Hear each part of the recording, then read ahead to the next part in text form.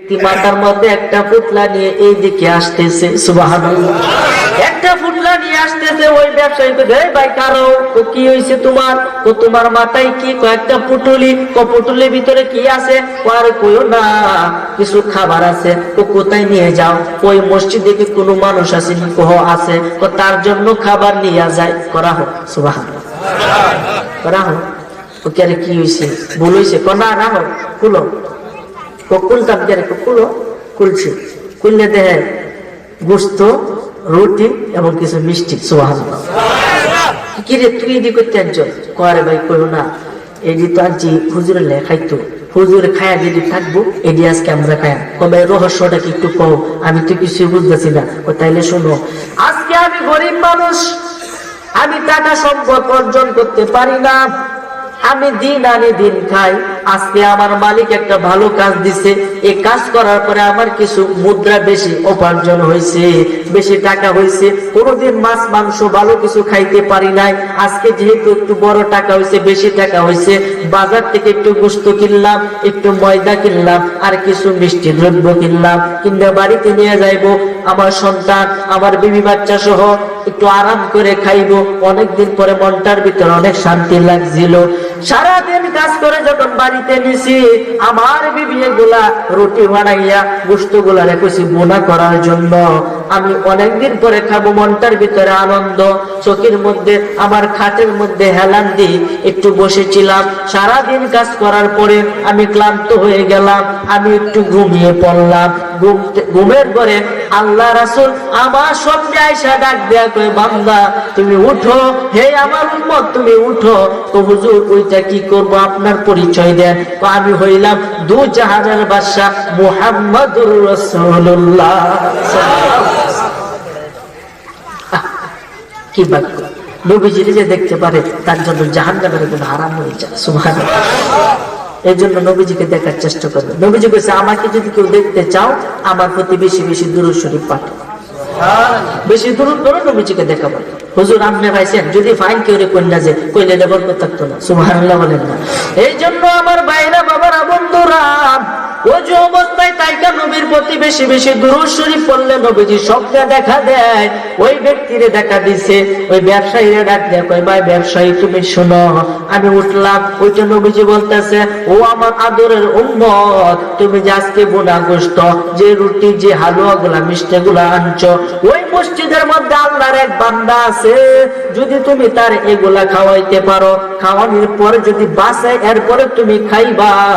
এখন যদি তুমি খাওয়াইতে পারো, তাহলে আমি রাসূল তোমারে কথা দিলাম, আমি রাসূল তোমারে ওয়াদা দিলাম, তোমারে বেহেশতে না নিয়ে আমি রাসূল জান্নাতে যাব না।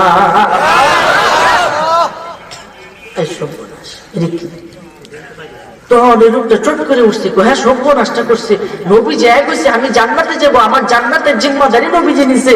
তাড়াতাড়ি এগুলা কইছে, বিবি আজকে আমরা কেউ খাবো না, আমার ওই পাগল, আল্লাহর পাগল আগে খাবে, তারপরে আমরা খাবো। এই আশে পুতুলের মধ্যে এগুলা বইরা দৌড়ে যাইতেছে মসজিদে। তখন ওই ব্যবসায়ী ব্যক্তি কয়, ভাই তোমার দুইটা ফাউ ধরি, তুমি এগুলা যে কিনছো কত মোহর খরচ হয়েছে? 1 দিরহাম। আমি তোমার 2 দিরহাম দেন, আমারে তুমি তোমার সাথে শরীক করো। কাম হইতো না, এত লাইলে আসছেন না। আগে কি করছি না, এই আমার উপরে এই রহমত, এই কারণে আমি লই যাই, তোমার এটা শরীক করবো না। ভাই 2 দিরহাম 3 দিরহাম দেন।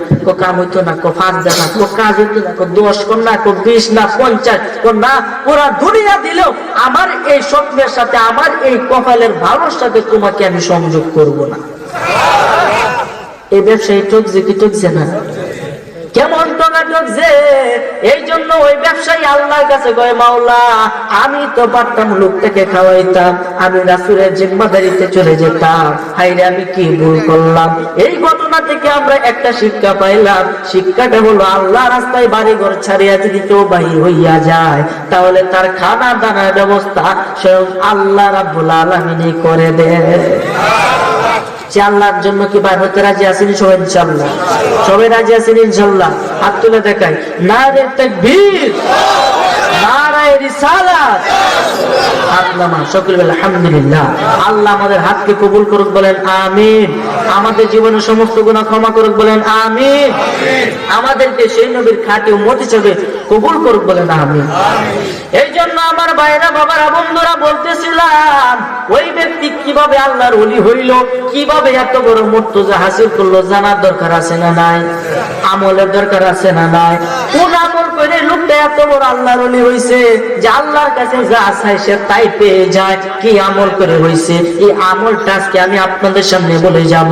এর আগে মা বোনদেরকে উদ্দেশ্য করে বলতে চাই, ও গো মা, ও মা মহিলারা, দুনিয়া তোমার শুটিং এর জায়গা না।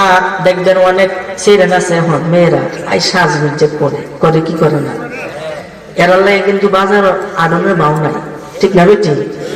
এদের জন্য জাহান্নাম সুন্দর ঠিক করতেছে। এরা হচ্ছে জাহান্নামের আগুনের লাকড়ি স্যার আগুন জ্বলবো।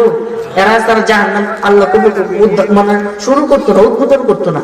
এরা হয়েছে এই বেপরদা নারী। যেই নারী বেপরদায় চলে, যে নারীর চুল একটা পর পুরুষে দেখলো, এই মাথার মধ্যে একটা সাপ হয়ে গেলে কামড়াইল। এবং যদি কোনো পুরুষ, একটা বড় কথা কই, যদি কোনো পুরুষ দাড়িরে ছাটায়, দাড়িরে কামায়, প্রত্যেকটা দাড়ি তার জন্য সাপ হয়ে তাকে দংশন করে। নাউজুবিল্লাহ, সুবহানাল্লাহ। এটার মধ্যে সুবহানাল্লাহ, নাউজুবিল্লাহ। নবীজি বলছেন দাড়ির মধ্যে খুর লাগাইলো মানে আমি নবীজির গলার মধ্যে ছুরি চালাইলো। এই জন্য দাড়িতে খুর দেওয়া যাবে না। দাড়ি হলো পুরুষের সম্পত্তি, পুরুষের সৌন্দর্য। পুরুষ বলে আপনি নিজেকে পরিচয় তখনই দিতে পারবেন যখন আপনার মুখে দাড়ি থাকবে। দাড়ি নাই মেয়েদের, ঠিক না বেঠিক? এই জন্য আল্লাহ সৃষ্টিকে অবমাননা করা যাবে না। আল্লাহ যে বিধান দিছে বিধান মানতে হবে। মুখকে ছোট করতে হবে, দাড়িকে লম্বা করতে হবে, বিভিন্ন জায়গার পশম গুলা কেটে ফেলতে হবে। এই জন্য আমার ভাইয়েরা বাবারা বন্ধুরা, সবকিছু রাখলে হবে না, সবকিছু কাটলেও হবে না। নবীজির হাদিস মতে, ইমামদের মতে, ঐক্য মতে আমাদের থাকতে হবে, কি হবে না? এই জন্য আমার ভাইয়েরা বাবারা বন্ধুরা, ওই নবীজি কত সুন্দর আমাদেরকে সিরিয়াল করে দিছে। ইসলাম কত সুন্দর, ইসলাম কত সুন্দর। ওই নবীজি বুরাকে চড়ে যখন আল্লাহর দরবারে যায়, কেমন নবী 7 আসমান পাড়ি দিছে, বাইতুল মামুর দেখছে, সিদরাতুল মুনতাহা দেখছে, লামুকাম পাড়ি দিছে, 70,000 নূরের পর্দা পাড়ি দিছে। এক একটা পর্দার থেকে আরেকটা পর্দার দূরত্ব 500 বছরের রাস্তা। সুবহানাল্লাহ। 70,000 নূরের পর্দা পাড়ি দিয়া আল্লাহ দরবারে গেছে। গিয়া নবীজির হুশ হয়েছে, নবীজির পায়ে জুতা। নবীজি জুতা খুলতেছে, আমার আল্লাহ ডাক দিয়ে কই, বন্ধু হাবিব তুমি কি করো? নবীজি ওই মুসা আলাইহিস সালামের কথা স্মরণ হয়ে গেল। মুসা আলাইহিস সালাম তুর পাহাড়ে উঠতেছিল আল্লাহর সাথে কথা বলার জন্য। ওই মুহূর্তে তার পায়ে জুতা ছিল। খুশিতে, আল্লাহকে দেখার খুশিতে এইভাবে দৌড়ে জুতা সহ তুর পাহাড়ে উঠে গিয়েছিল। আমার আল্লাহ ধমক দিছে, মুসা কি করতেছো? এটা পবিত্র ভাগ, তুমি জুতা লয়ে উঠতেছো, তাড়াতাড়ি জুতা খুলে উঠো। সুবহানাল্লাহ। নবীজি কয়, আল্লাহ আমি তো তোর পাহাড়ে উঠি নাই, আমি তো দুনিয়ায় এখন নাই, আমি তো স্বয়ং তুমি আল্লাহর কুদরতি বাড়িতে চলে এসেছি। আমার পায়ে জুতা, এর থেকে বড় বেয়াদব আর কি হতে পারে? আমার আল্লাহ ডাক দেয়া কয়, বন্ধু দোস্ত গো,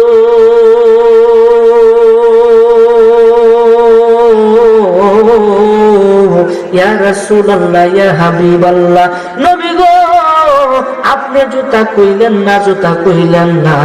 আপনার জুতার নিচে যে দুলাগুলো আছে, আমার আরশে আজিম সেই দুলাগুলোর জন্য কান্নাকাটি করে। কেমন নবীর উম্মত আপনি, কেমন নবীর উম্মত? ওইখানে কেউ নবী আমাদেরকে বলে না।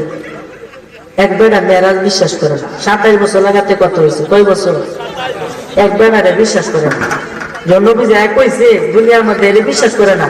তার স্ত্রী কাপড়ের সুতা কাটে, এতটুকু সুতা বাকি আছে কাটার, তিনি দেখতেছে। আর একটা মাছ আনছে, কইছে এটা কাটতে রান্নার জন্য।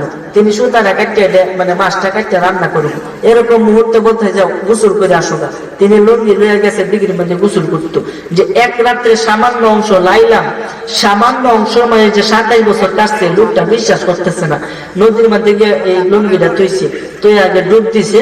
হে ফারে গে বাসে এক মহিলা হইয়া। সুবহানাল্লাহ। কার খেলা? কার খেলা? আল্লাহ তোমার লীলা খেলা, কেউ বুঝে না। তুমি কাউকে রাখো 10 তালাতে, কাউকে রাখো গাছতলা, কাউকে রাখো কাউকে রাখো গাছতলা। আল্লাহ তোমার লীলা খেলা, কেউ বুঝে না। ওরে ইব্রাহিম তোমার নবী ছিল, নমরুদ আগুনে ফেললো, আগুন হইল ফুল বাগিচা, পশম কেন পুরলো না। আল্লাহ তোমার লীলা খেলা, কেউ বুঝে না। বলেন আল্লাহ তোমার লীলা খেলা, কেউ বুঝে না। ওরে মূসা তোমার নবী ছিল, কোহিতুরে সওয়াল করলো, পাহাড় পুইরা সরকার হইল, মূসা কেন পুরলো না। আল্লাহ তোমার লীলা খেলা, কেউ বুঝে না। ওরে ইউনুস তোমার নবী ছিল, মাছে তারে গিলে ফেললো, মাছের পেটে রইলেন ইউনুস, হজম কেন হইল না। আল্লাহ তোমার লীলা খেলা, বুঝে না। বলেন আল্লাহ তোমার লীলা খেলা, কেউ বুঝে না। ওরে ইসমাইল তোমার নবী ছিল, কঠিন পরীক্ষার সম্মুখীন হইল, গলার মধ্যে ছুরি চালাইল, গলা কেন কাটল না। আল্লাহ তোমার লীলা খেলা, কেউ বুঝে না।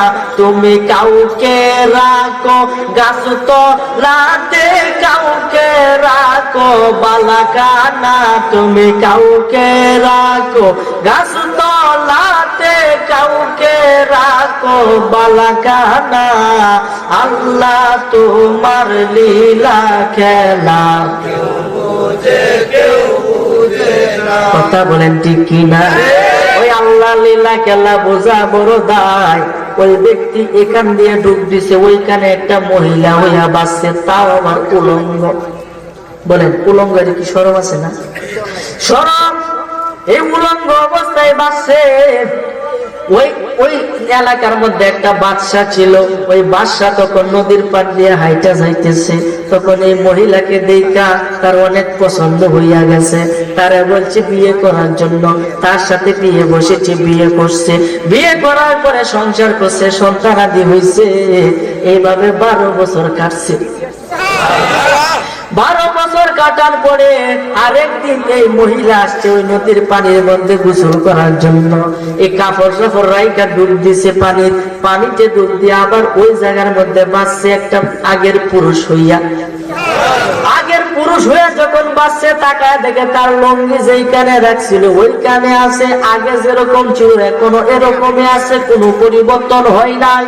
সে অবাক হয়ে গেছে, 12টা বছর কাটাইলাম, কিছুই তো পরিবর্তন দেখতেছি না।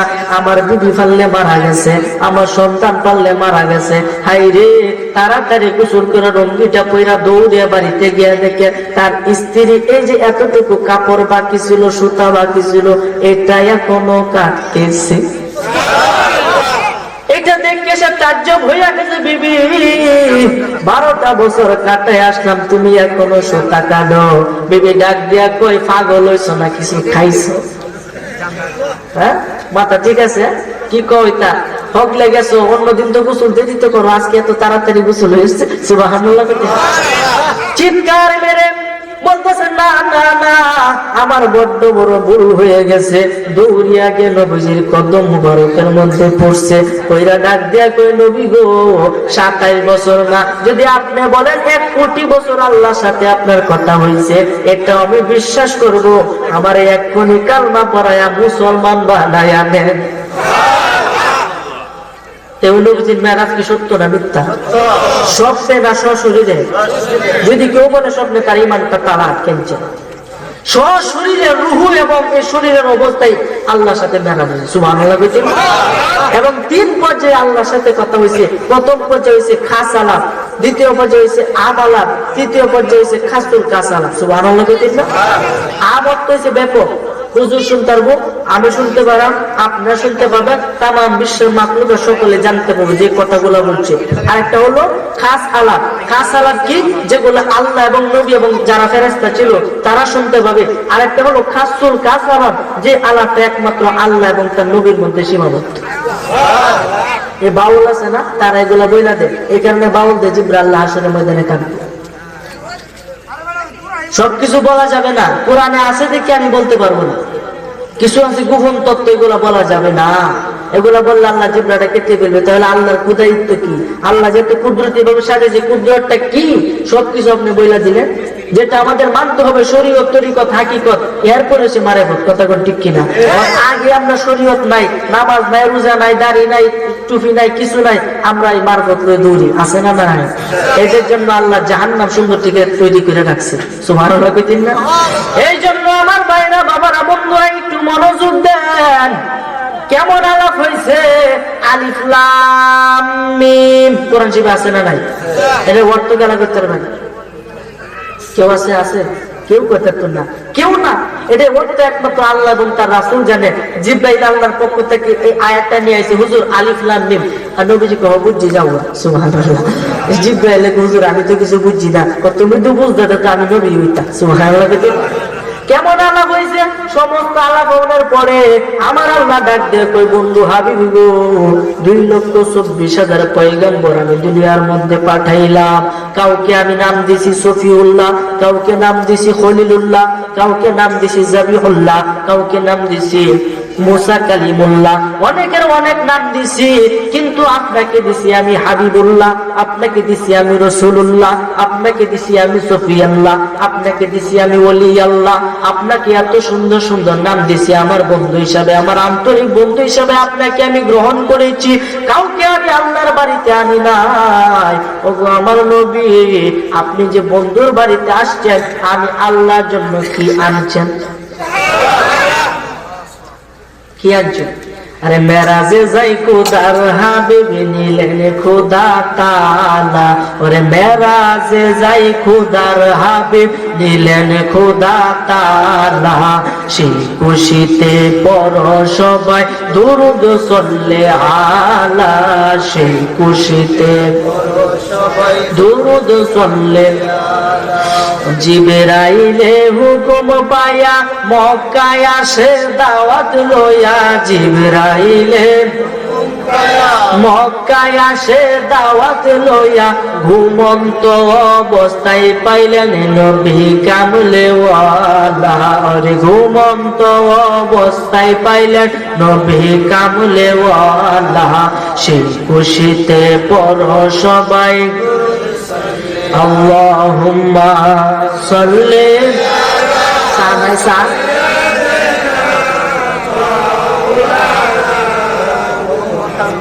মেম্বার সাহেব চালু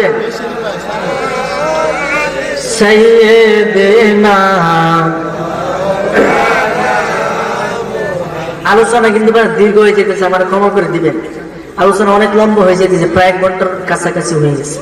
হুজুর যদি আসে আমি আলোচনা ছেড়ে দেবো ইনশাল্লাহ। হুজুর তো আরো বড়, আমরা তো দেখতে পারবেন ইনশাল্লাহ। শেষ পর্যন্ত আসেননি সবাই? এই মুরব্বী, এই মুরব্বী কই যায়? কই যায়? ফেসাব করতে পারছি। দরকার তো মাঝে মাঝে বাহিরে দরকার আছে না, বইয়ে রয়েছে কিন্তু অনেকক্ষণ ধরে আমি আয়াত দেখবো, দেখছে তো দরকার বাড়িতে কাজটা সাইডে আবার সুন্দর থেকে তাড়াতাড়ি আয়া করে নিচে। আপনারা কুশিলারে যান, মাঝে মাঝে এগুলা না করলে তো ঘুমায়, বুঝুন না। এই কারণে আল্লাহ ডাক দিয়ে কয় বন্ধু হাবিব, ও হাবিবে লবিব, আপনাকে আমার বাড়িতে আনছি, আমার জন্য কি আনছেন বলেন? আল্লাহর কাছে কি কিছু অভাব আছে? এরপরে নবীজি ডাক দিয়া কয় মাওলা, আমি নবীজি আইছি খালি হাতে আসি নাই, এমন একটা জিনিস আনছি যেটা তোমার কাছে নাই। ফেস লাগছে কি লাগছে না?